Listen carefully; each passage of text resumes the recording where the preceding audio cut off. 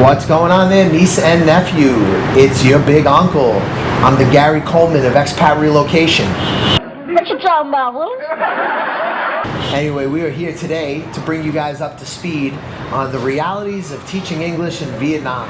Now, this is going to be different than a lot of the other videos you might see about teaching English in Vietnam because we're not full of shit. We're going to tell you exactly what's going on in the country, exactly what's possible, and we're not going to sugarcoat anything. And I've got with me here Uncle Hollywood. How you doing? Uncle Hollywood here. How many years you been teaching out here, Uncle Hollywood? 3 years, and this was my first full year though, because I was here for COVID. So my first full school year. Okay. And definitely worth it. I saved probably more money in 1 year this year than I would do 2, 3, 4 years in America. And you had a reasonable standard of living, like yeah, and I was only doing 110 hours a month. That's not bad. A month. Yeah. People in America are working much more than that. Yeah, and so, I mean, it could be difficult if you're not living near your job. Oh, yes. Because every day going to a cafe and wasting 20 or 50,000, it adds up. So that's why I live near where I work. So I'm 50 cents to go home and 50 cents to come back. And you're still with the same lady we set you up with years ago. Yeah, yep, definitely. From what I've noticed going on interviews for other companies, she's honest. I made a mistake in my timesheet, and she could have beat me for 2 hours, which is, you know, close to $1 million. And she said, no, you made a mistake, make sure you did it right. Cool. So so she's very honest. Cool. She does stick up for you, but as any company in Vietnam, if you have a problem at your school, you're gone. You're going to lose all your hours because they're not going to lose the money. No. So that's the tricky part that's for me. But you're also never going to get fired. Like, they just played hot potato with me. I did it for 4 years, and like, I had a whole bunch of schools that hated me. Yeah, I'm running out of schools, though. That's my problem with this company. I see. Yeah, I just changed companies. I work for yeah, that would be, you know. You know, and guys, so this is just, again, his perspective as a teacher doing public school. So this is not necessarily reflective of what it would be like to work in an international school. Oh, no. Or to work in even some of the bigger quality training centers. So I deal with international schools, guys. If you need help finding jobs in international schools, we can help you with that. If you need help finding jobs outside of English, like math, science, we can help you guys find jobs. Business, you know. Yeah, we have contacts in a lot of different sectors. Business management. Yeah, teaching is the big one here. Like IT, if they can teach IT, that's another way that we can help you find employment here in Vietnam. So I just want to put that out first, that this is going to be from Uncle Hollywood's perspective as a teacher working in public schools. And we're going to talk a little bit about the visa situation, about what it's like now teaching with a degree, without a degree. So I guess, where should we start off? I would say let's start off with teaching without a degree, because that's something that I think a lot of people ask about online. It's definitely still possible.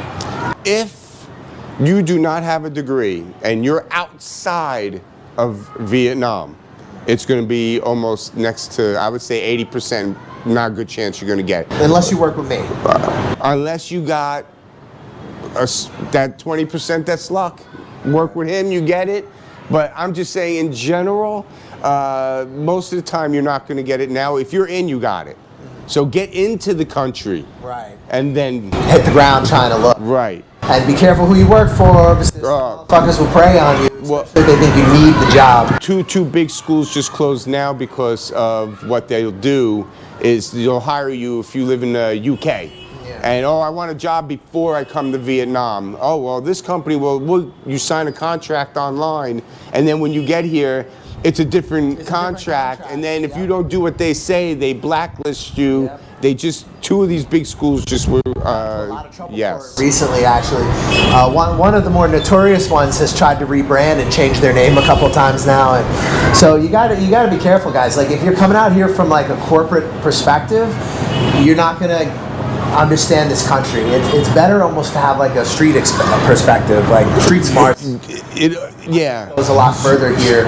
And unless, like I said, we're talking about working in like international schools or larger training. You don't have to be street smart helps. I just think you have to be adaptable, because when you come, my big example of coming to Vietnam from America is, if you know anything about Superman, one of his rivals is Bizarro. And he lives on an opposite planet of Superman, but that's Vietnam. Yeah. What you think in America, don't you throw it out here. Forget it. That's the hardest part. And even if you've been to Thailand, this ain't fucking Thailand. Cambodia. Yeah, I'll say here, Cambodia, here, similarities. If you've been to Kampuchea, then you're probably okay in Vietnam. It's just a lot bigger population. The market's bigger. There's more people trying to vie for money here. It's a different energy. But this is the time to come because on all the groups that I'm on, and I work at public school, I work at a center at night, and I do a lot of tutoring. It seems like the third year is the year it kind of kicks you off. So yeah, people start to know you're sticking around. Right, and they see that you're teaching and how good you are, or that you care. If you're gonna come here and just party and do it, that's one thing. You'd probably be here 6 months, but it's not going to work so well these days because it's getting harder to get you the work permit. So the way they're doing it now is like, say you're like a backpacker, and they need these backpackers. They need people to fill these public school jobs. Well, there's a lot. I was saying in the groups, everybody's looking for work because a lot of the people, because of immigration right now, it's too crazy. People are leaving. Everybody's leaving. They're going to Thailand or Cambodia or. So they're having a harder time filling the positions that classically would have been filled by like backpackers or young kids who would pass through. They're having a really hard time with this now. So like, you definitely can get a job, but the problem will be getting you the work permit. So like, if you don't have all your paperwork, what a lot of companies now are doing is they're just having the teacher live on the business visas, and it doesn't really protect you as a teacher. Like, they're pulling some company to sponsor you, hopefully their company, but you never know really.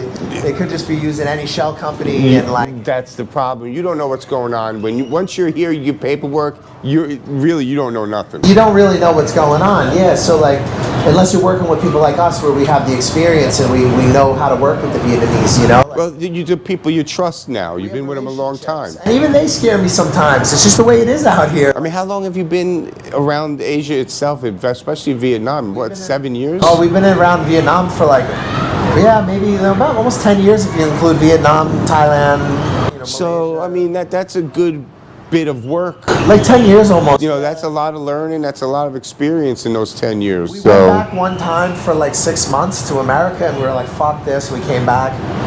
We went to Seattle and then back to New York. I went back just to go back to visit my family, and I wanted to leave. It was horrible. And this was years ago. I bet it's even worse now. This was last summer. Oh. It was just unbearable. Yeah, I can imagine.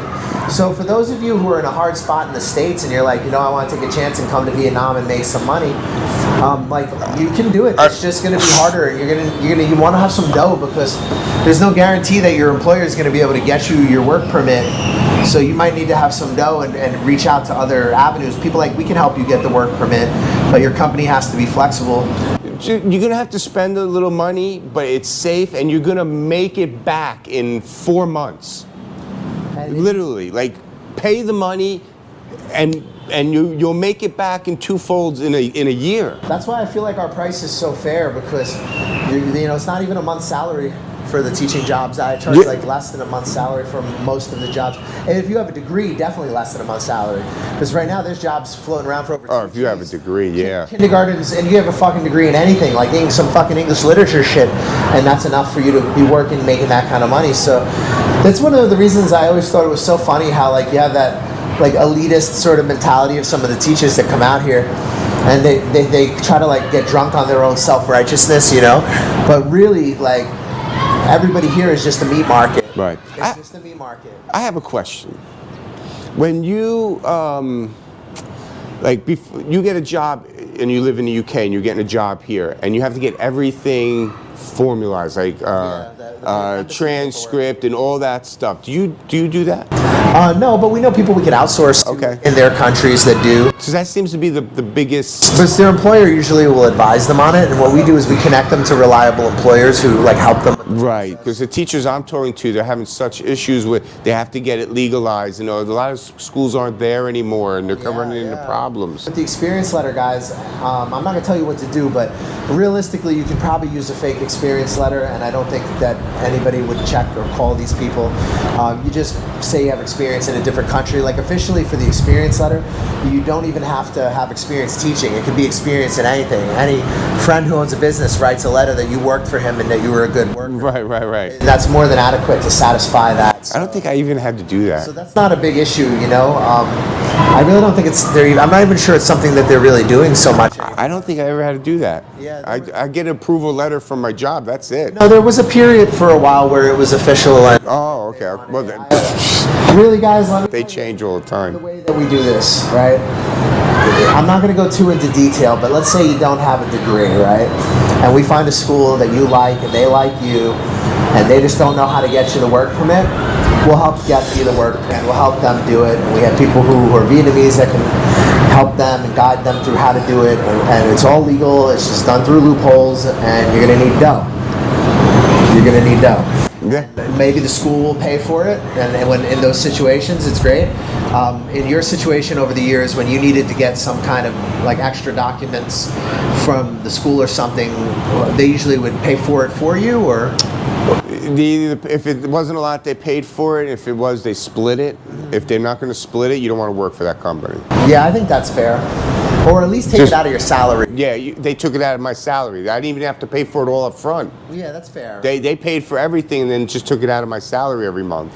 And guys, the thing is and you have to understand, just because there's a lot of fucking criminals here, because it is Saigon, there's also a lot of good people who are legit, and like they do want to do business and they do want to make money, and sometimes they can't afford to get the teachers who have the degrees in education either. So don't always think because something's like in the top end of the market that it's necessarily better, because sometimes these schools can call themselves international schools, or they can call themselves pretty much anything they want. There's no like there's no regulatory body here. There's not like a people somebody go to, like in America, you got to label everything, go to get a piece of paper for everything. Yeah, they make certain claims, they can be investigated. Like, I mean, it's true here to an extent. Like, if you're associating with organizations like British Council or like, like the American School or something. But like international schools. That's what I mean, like the American School or any of those, But in reality, like most of the gigs that exist in Vietnam exist kind of in this mid-range sector. Yeah. And if you have a degree, you really can make a lot of money out here, and you don't really have to be qualified. I think you'd be crazy not to do it. Yeah, you don't have to know shit about English. Really? I mean, they don't care if the kids learn. No, they don't care if the kids learn, as long as the teacher's white. And literally, you will know nothing, and I'll give the kid a 0.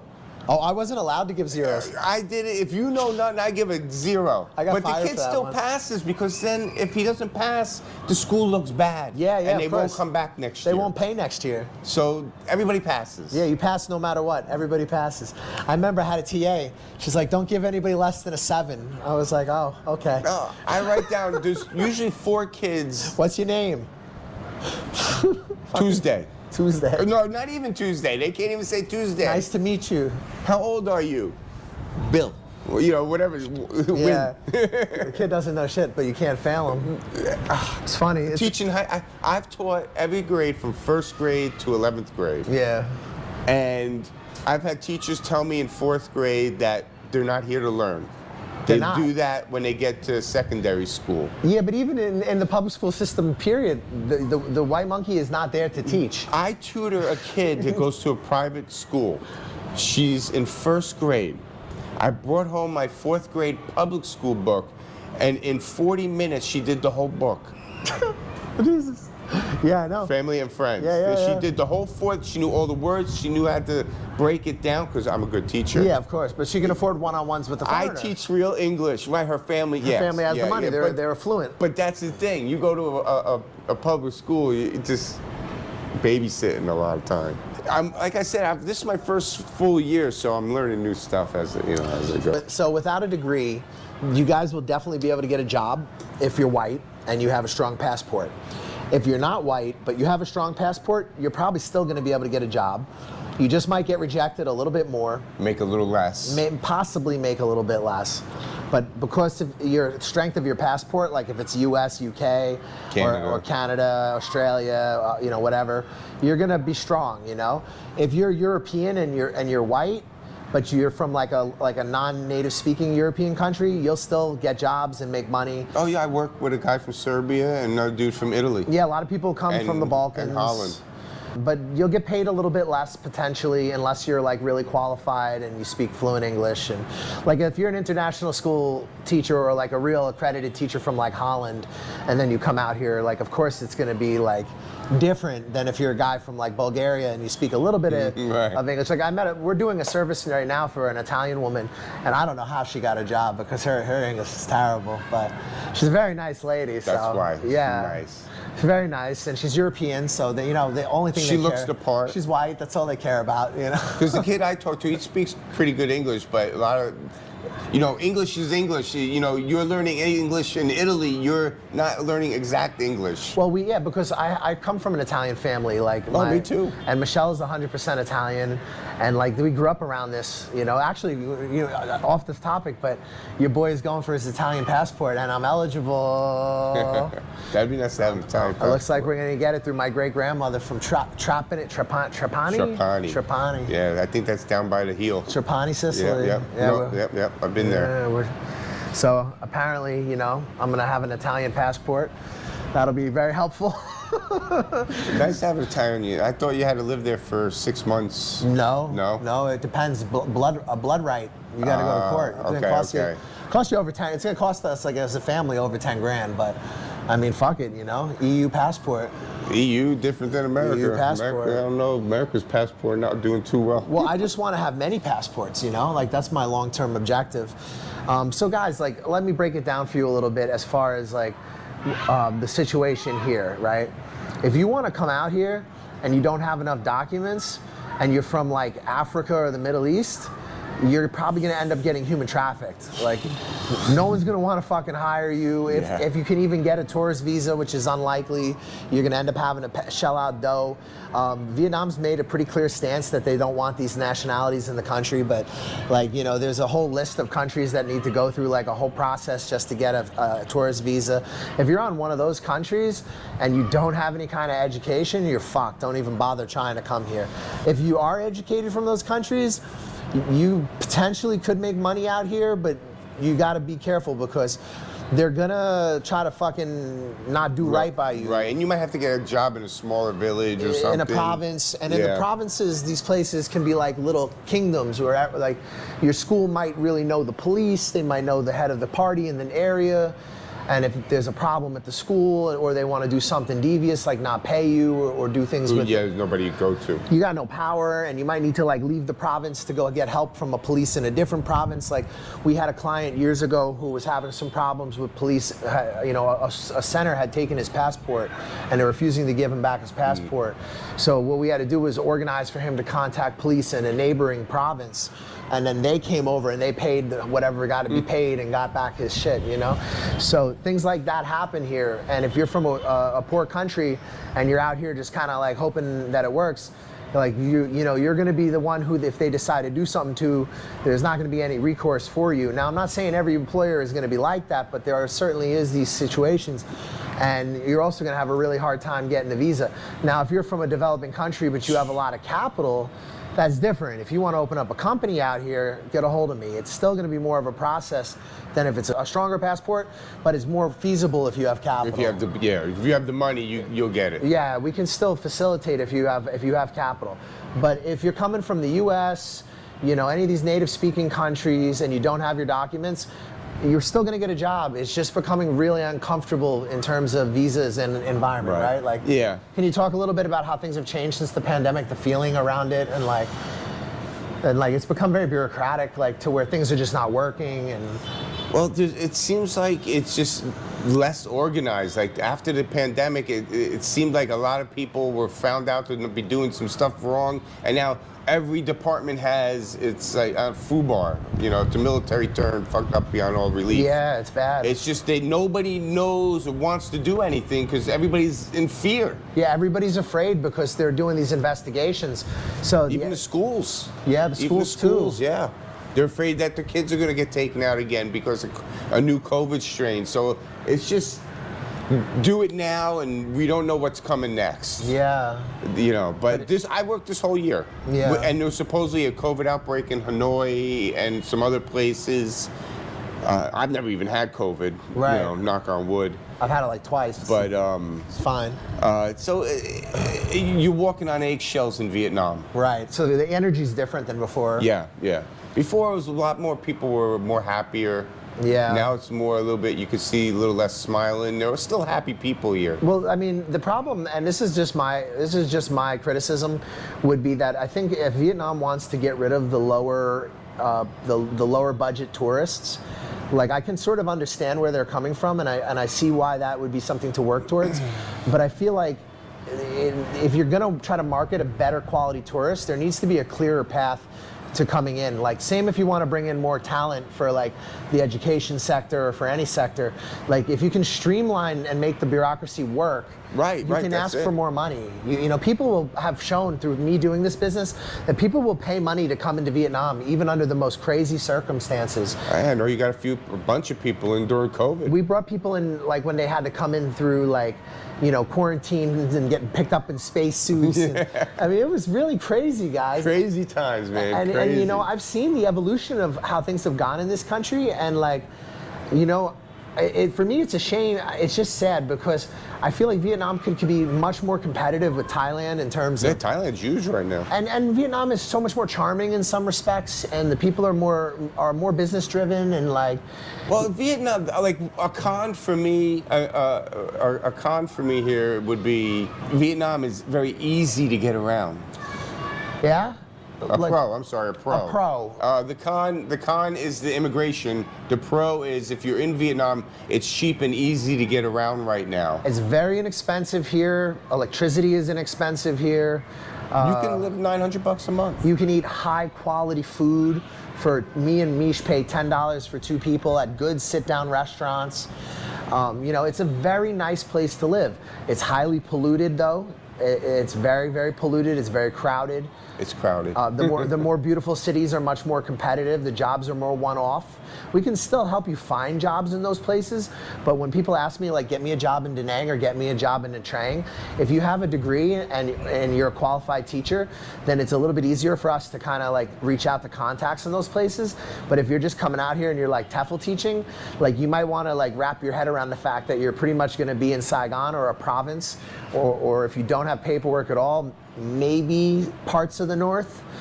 But I would say I wouldn't recommend it if you don't have paperwork. I think if Saigon is kind of like the safest place to be if you're not gonna have all your stuff. Nice, big, and there's schools everywhere. And it's a huge population. There's a lot of money here. The people are what makes Saigon great. The people are just the best. They're really nice. They're open-minded. Especially if you're a foreigner, you're walking down the street, man, and they're drinking a beer. They're like, hey, sit down. By the time you get up, you're like have like 6 beers. And you got like a whole new group of friends now. Like, people are cool, you know. Like through jiu-jitsu, when I first got out here, I met all these really great Vietnamese people that I ended up in some of their weddings, and like, just great people, you know. And I guess it depends on the communities you surround yourself in. But I love it here. I would say the biggest con is that if you want to bring in quality people, like people who are going to work, who are filling sectors of the economy, or people who are going to invest, or people who want to live here on long-term visas, creating a streamlined visa process would go a really long way.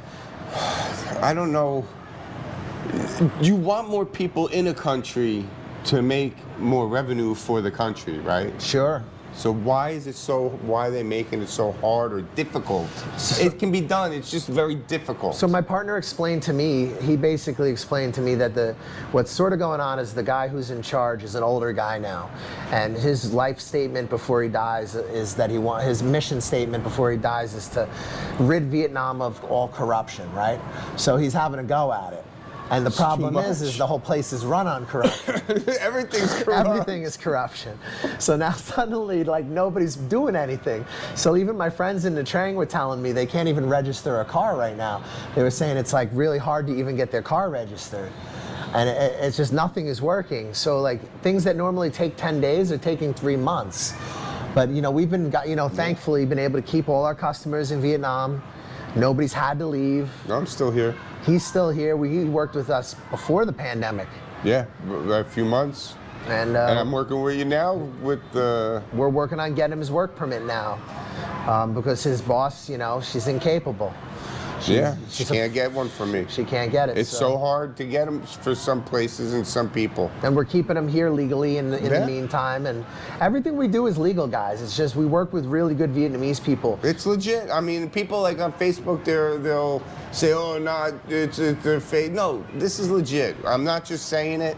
I mean, there's people that you have done over the years that I've known you. I've known you over 3 years now. Hundreds of people. He came over as a customer, and now we've been friends for years. It's like, you know, and I try to do the right things by people out here. And what I do is I dig deep, guys. Is like I made all my connections during the pandemic out here, and then I learned a really good formula that now I've been reapplying to different countries like Cambodia, Thailand, Laos. Because the systems are kind of the same in the Asian countries. Yeah. So once you get it, this is probably the hardest one, probably, right? Well, guys, I'm going to tell you, it's the truth everywhere in the world. It's just, like everything is about, you know, you can open up a company if you have capital, you can get residency somewhere. All different countries operate in all different ways.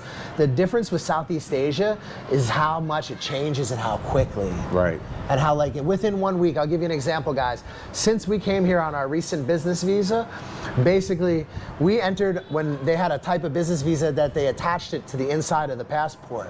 So it's like a clipped-on one you staple, right? Right. Then they switched it back to the original one. Yeah, I got the original one now. Yeah. I just did it. And then and now they've changed it again now. Back to the state. No, it's still in your passport, but it's a different design now, and it looks this is only in a matter of 3 months they've changed it 3 times. And you've got a situation where, like, we went to the embassy in Phnom Penh, and they were like they didn't know that it had been changed, so like the invitation letter looked different because they had just initiated the new internet portal system, and I guess nobody got the fucking memo. Right. So they were like refusing to give us the visa, so we had it shipped over to Sihanoukville, stamped it instantly, got it back, but Sihanoukville did get the memo. Oh, this is what the new invitation letters look like for the business visas. So they weren't even caught up. So yeah, like, so nobody's talking to anybody, everybody's scared. It's a hard time to be in Vietnam right now. If you want to see the embassy in Phnom Penh in Cambodia, I have a video on my Hollywood's Journey on YouTube. Check out his channel. He's just getting started. It's about 5 minutes. I give a review of a hotel near and the embassy. You're not supposed to take pictures or video. I kind of got some on the DL, but it tells you where it is. And I tell you everything you need to bring with you. Good, man. Check out his video. But yeah, I mean, if you do decide to go and you want somebody to do all that for you, I can have that done in Cambodia for you too. So like if we're doing it, like say we open up a company for you, we provide you with a business visa that bridges the time from your application process to when your work permit gets approved. And they keep restructuring the policies around the business visas and the extensions. So like sometimes we're able to get you a year at a clip if you're American. Sometimes we're able to get you 3 months at a clip. Sometimes you can get 3 months extendable by 2 months. So it's kind of like every few days or weeks, like it sort of changes how it works. So far, none of our people have had to like leave. They just had to go to the Cambodian border and return. Right. And they were able to just continue on their business visas. Before I actually went through the normal way, that's why I made the video with you. I just had to go do the border run. Right. With me, I actually had to go to Cambodia to go to the embassy and do 2 days. Right. So, but then what you did for me, I don't even have to do that anymore. So. Well, now, yeah, we're getting them a work permit. Finally, we're gonna get them sorted out. So yeah, guys, this is the situation in Vietnam at the moment. We can facilitate and we can help you here. And like, if you want to do anything with teaching or investing or opening up a company here, we can help you. You know, check out our other videos. We kind of blur travel blogging with our service, so we want to make it entertaining, while at the same time helping expats realize that living out here is accessible. If you have a degree, you have a lot of opportunity here right now. I mean, it would be a lot, for a teacher. Really, you have a lot of opportunity crazy. right now. I mean, if you can put up with a little bit of heat and a little bit of noise, but the money that you would make here compared to what you would spend in America or Canada, oh yeah, or Australia, it's. I think I always say this: you'd be crazy not to do it. And you have, you know, the thing is you know, you're gonna come in with a lot of options because the bureaucracy is so fucked up that if you don't have your documents right now, everything's gonna be like a never-ending, drawn-out process. So if you do have all your documents, then it's easier for them to process your paperwork. It's going to be a lot less painful for you, but where we would be valuable to you as like a highly qualified teacher would be to connect you to people who are, honest. And the international, And that knows the real international schools, not the fake ones. Well, we have some partners. We have a partner, and what he does is he essentially has his own service that we sometimes refer people for him who want more of an enhanced service. What he does is he creates videos and interviews them and does like the interview process on video, and then he markets them directly to all the international schools that he's connected with. Okay. So we use him for the people who are really like serious as a referral. So if you guys are serious about doing international schools, we also have a guy who can do international schools all over the world, and like he does everywhere, like Kuwait. Oh, really? Yeah, fucking China, Thailand, any country that has an ESL market. Yeah, you have a degree and you can do that. I mean, it's crazy. And in most cases, a degree in anything, guys. Yeah. In anything. It would BA at least, 4 year or 3 year. do it for a year and see if you like it. And if you don't have paperwork, but you have dough, and you know you're going to be okay, and you know you have some dough if there's a problem, then you can still come out here and teach while you set up a business or do something else. When I came out, I worked the first 2 months. I worked 10 hours a week. And I would avoid the student visas, guys, because the student visas are kind of whack. It's not like Thailand, like you're stuck in one place. You have to pay for the cost of the entire course. It's almost as expensive if you were to just pay some company to sponsor you. As far as paying companies to sponsor you these days, guys, it's expensive and it's dangerous. It's really safe if you want to stay here long term to open a company. And I mean, you can't just open a shell company. We got to try to get you a company that actually had a tax record. That makes money. Yeah, that, it looks like it's going to really function. Whether or not you use it is up to you, but in order to get you approved for a TRC, it's got to be a professional, it's got to look real, right? I mean, and nowadays it's not like before Some kind COVID. of shipping company. Well, I have an import-export company. Right. That's what I have. I bought a construction company, and then we converted it into an import-export company. So there's lots of ways you guys can stay here if you have dough. And you can still teach one-on-one, and you can kind of like build, if you want to do that, that's like accessible for you for sure. You can still do centers at night. Even from what I'm hearing, centers don't, if you have a TRC, you can just pretty much go to any center. Oh yeah, they don't care. And most of the centers don't get checked out like that. It's not China. And centers are not. They're privately owned, most of them. Yeah, they so are. It's a little different. And guys, when we talk about centers, I mean, you have big corporate centers, but you literally have places that are just in an alleyway coming out of some lady's living room, like where they park their scooters before they go in their house. Yeah, exactly. And that's where they set up a little table and desk, and they're making moves. And if they can get a foreigner to go out there, they will. Oh, and it's sometimes it's easy. Yeah. I mean, you show up for 35 minutes of class and they give you a book. Now, if you do the big ones, you got to sit there and you got to make programs and what you're going to do. And the other places, if you just want to show up, those are the places that are going to hire you. Yeah, of course. Do the song and dance and leave. So that's easy to get. But if you got dough, and I don't know why you would want to teach. I mean, it's up to you. Maybe you want to teach.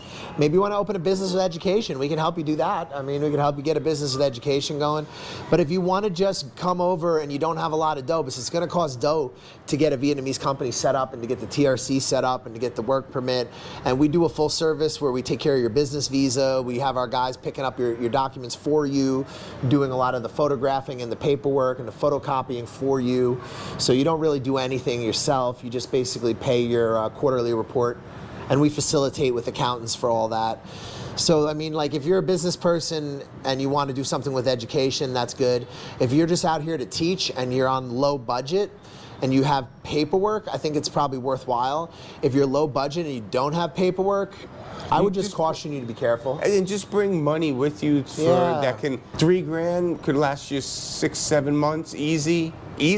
Yeah, depending where you live. When you first get here, don't live in certain districts. Don't live in the city center. Yeah. Wait till you get your job and then find where your job is. And that's the key to everything. Key to work happiness. Near your job. If you're going to teach, live by where you work here. And the other thing I would say is like, don't think you're going to change Vietnam, because I've watched over the years so many of these guys who have these like noble ideas about education, and like it just never works out well. Everyone's going to hate you. You're going to hate everyone. The kids are going to hate you. Well, they give you the book and they tell you what to do. Yeah, the idea is like you're more like a dancing bear, Like again, we're not talking about international schools. We're not talking about like, you know, like big Public like schools. corporate training centers. Public schools or small training centers. You're basically a dancing bear. They just do what you're fucking told and you're fine. But you're still gonna get some people who hate you for no reason, like teachers' aides who just fucking don't like you. That's the one and biggest downfall there is. I mean, you could have 8 teacher aides that like, and one of them dislikes you for some reason. You're out of the school. You lose a lot of hours. That would be the only issue I have with that. Are you seeing more and more like that at the schools that there's less companies around and that there's less teachers around? There's definitely less English teachers from what when I talk to the Vietnamese teachers. There's a lot of them work for, even the Vietnamese teachers work for somebody who puts you in the schools. And they source them to schools. And they're all lowballing right now. Oh, even for them? Yes. But I've heard for right now, if you're qualified guys and you actually have like a degree, there are some really good jobs around. Like we have a customer recently, he didn't want to teach English, he wants to teach math and science, and we've been able to find leads for him now. No, there's many jobs out there. There's companies that will hire you just for that. Yeah, just for English, just for teaching classes other than English, like you know. And they're pretty easy too. They give you monitors and touch screens, and you're set up online. And yeah, if you can teach math or science, you're good out here, especially if you're a qualified teacher. Yeah. I have a friend, science teacher in America. I said, get here, man. I met a guy from South Africa years ago who was a what do you call it, a physical education teacher. I was told from your buddy in Cambodia that I would have a good shot for doing that. Yeah, you would. They don't have it here, but they have it in Cambodia. They make a few more bucks than normal. You would, because Cambodia does have like a lot of athletics. Yeah, in better schools. Yeah, of course. Yeah. The other schools come on. Yeah. There's fucking not even windows. They're just kicking that thing with the feather on it. It's the education system of there can go from like very underdeveloped to very developed depending on the wealth. And it's the same here, but in Vietnam, like, I don't know. I would say the schools here, I didn't teach in Cambodia, but I've gone by the schools in Thailand and Cambodia.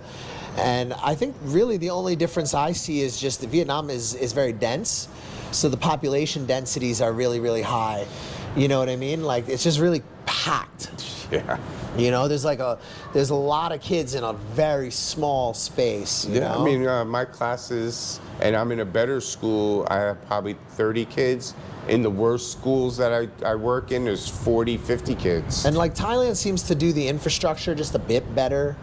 Like, you know what I mean? They have like the above ground trains. Yeah, and, you know, like the canals with the boats and things just function better, kind of. A little cleaner too. Cleaner in certain spots. Better shopping. The visas are more straightforward. I can get you guys jobs teaching in Thailand too, by the way. We have contacts for international schools and smaller training centers. We can do that stuff as well. But specifically today we were talking about Vietnam, and we're just kind of bringing you up to speed a little bit on what's going on in the country and kind of like some of the experiences that are, we're having, because I don't teach, but I deal with helping teachers find employment. So I deal a lot with the HR and the visa side of things. Yeah. But Uncle Hollywood is still very much teaching. What grades are you teaching now? This year I did first grade, second grade, third grade, fourth grade, fifth grade. Okay. I don't want to do secondary school because each class is 45 minutes and is back to back. How many kids are in your classes on average now? My first school I worked at this year, which I got booted from, I had about 45 kids. Yeah, and then I went to a better 50. school Really? with aircon. Ooh. And I had about 30 kids. Ooh, nice. Yeah, so I got kicked from. Well, that's one thing I tell my company. If you're gonna put me in a shit school, you're gonna have issues with me. You put me in a school where people are cool, like, can speak a little bit more English, or the teachers actually do stuff. They give a shit about like their job, right, a little. The school at least. I was in, they only paid their teachers, I think, like $200 a month. Oh yeah. So they just sit in the room and they TikTok and and then you're sitting in there. They don't know what you're saying. You got 50 kids. Yeah. And then, hey, can you help me? No, I don't make enough. No. Those schools I don't do well in. I like the robot lady, the lady who would have the megaphone and the stick, and she would just walk around like this, like smacking kids with the stick and yelling with the megaphone. Well now, they got their head. I don't like them when I teach. I don't need them. I had a teacher come and say, "Can you turn off your microphone?" I wear earplugs when I said, "I don't have a microphone." I used to wear earplugs when I was doing it. I have earplugs in my bag all the time. So guys, it's still a shit show, you know? Like teaching in a public school is still fucked, right? But it's 100 billion times better then I'm going to say it. I love America. Don't get me wrong. Right. I love America if Right. you have money. Yeah, if you're rich, it's okay. Yeah. I It's love not bad. America if you're rich, but if you want to try to save some money and enjoy your life instead of working like a dog, Yeah, get nowhere. At least, you can come here and do it for 1 year, see what you save, yeah, and at least here you have access to opportunities. and you only work in 10 months. Because Yeah. if you're a teacher, But you also got to be responsible with your money. So that's one of the advantages of like the international schools, where they pay you in the summer. they'll give you, you get a salary rather than like just, pay when you work. But if you're out here to hustle and just you're ambitious and you have some ideas, this is a great place to kind of extend your runway a little teaching until you figure out what you really want to do. Cambodia is cool too, but by and large, you'll get much more money here for doing the same Yeah, work. I think I like Vietnam because it's a lot more central to everywhere else. Yeah, and they treat you better here than Thailand or Cambodia. The market's just a lot bigger. There's a lot more demand. They need teachers though, I'll tell you that much. And there's some nice places you can visit here from the city very easily, guys, depending where you live in, Saigon or Hanoi. Or there's some really beautiful, large, expansive, natural places in this country. And Yeah, well, I mean, I got videos on my channel. I review buses when I go and I travel myself within the country. You can check them out. I just spent the last 3 months in Can Hoa in Nha Trang, and it's like one of my favorite places in the world. I love it. I want that area. Vietnam's best beach city, in my opinion. I like it more than Da Nang, but that's a video for its own time. But guys, so thank you for watching. Subscribe to Uncle Hollywood's channel. I hope this gave you a little indication to the situation going on in Vietnam at the moment. Just to summarize, basically you can think of it like there's a corruption investigation happening. Nobody wants to do anything. So everyone's afraid that they're going to get called corrupt or get accused of something, so nobody's actually doing anything.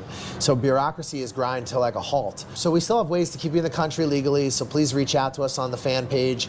If you're looking for a teaching job and you want to work with honest, reliable people, we have the contacts you need to help you get started in this country. If you don't have a degree, we can help also. Just expect a bumpier ride. Yeah. And check out Uncle Hollywood's channel. It's a great channel. He's Please. just trying to get started. Give him suggestions. Tell him what you want to see. He's an adaptable guy. Anything you want to leave him with? Any last thoughts about education in Vietnam from your perspective, a public school teacher? Just as an English teacher in a public school, it just show up, read out of the book, go home, do it. I think it's worth. I mean, it's not hard. Don't make trouble. Right. Just Don't make show trouble. up. Just show up, read the book. If they say what sound does O-I make, just say it, oi, oi, oi. I used to go around and I would hold the book and I go have one kid come up at a time and say the word. And most of the time it was so loud I didn't hear anything in the room. Yeah. So I just kept saying, good job. You just put, Good job. The first day Good in school, you go, job. this is good, this is bad. And then just all year, you're just going like this. Yeah, good. Good. Because they're fucking screaming and the TA's fucking screaming. And, Well, the best part of the class is when you pull out that magic ball. for the game. The sticky ball. It's time to play the game. Teacher. The sticky ball. Then that's it. The teacher leaves the room I used because to it have the gets kids crazy. let the kids run the game. Yeah, no, I have to score. The crazy kids Yeah. that can't sit down. Make them score. Yeah, you keep the score. Then they all get yelled at because he's cheating. He's giving the boy, because it's always a boy. I know, I put boy and girl. That's my rule. Yep, that's it, boy, girl. It's easier. It's easier. Even less, first grade. less Even drama. So thank you for watching. Subscribe and share. If you enjoy the content, please hit the like button. Please comment. Share the videos on your Facebooks, on whatever. It helps us a bit. We appreciate you guys for watching. If you're thinking about coming out here, reach us on the fan page. We've got all the different social medias we can connect on. Hit us up. Brush your face and wash your teeth, son. Hey, what's up? I'm D from Canada. Hook up with the New York Nomad if you want a smooth ride into Vietnam or any Southeast Asian countries. Hey, my name is Aaron. Get in contact with the New York Nomads. If you want to get into Vietnam, hit them up. They'll get you in securely and professionally. Yo, this is Uncle Hollywood. I'm telling you right now, the New York Nomad got me a job. He's legit. Hit him up. Check him out. New York Nomad set me up in Vietnam. Yo, my man got me a job. Come to Vietnam. Hey, what's up, guys? You thinking about coming to Vietnam?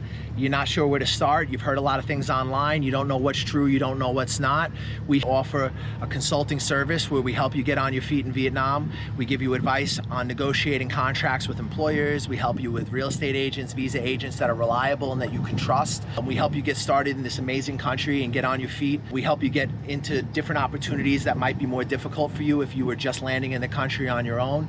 And we help you avoid a lot of the pitfalls and problems that you could have as a newcomer here. We provide you with reliable job recruiters, visa agents, real estate agents, and advice. If you guys are thinking about coming to Vietnam, hit us up for a consultation. We'll help you get started, help you get on your feet, and hopefully you'll love Vietnam as much as we do.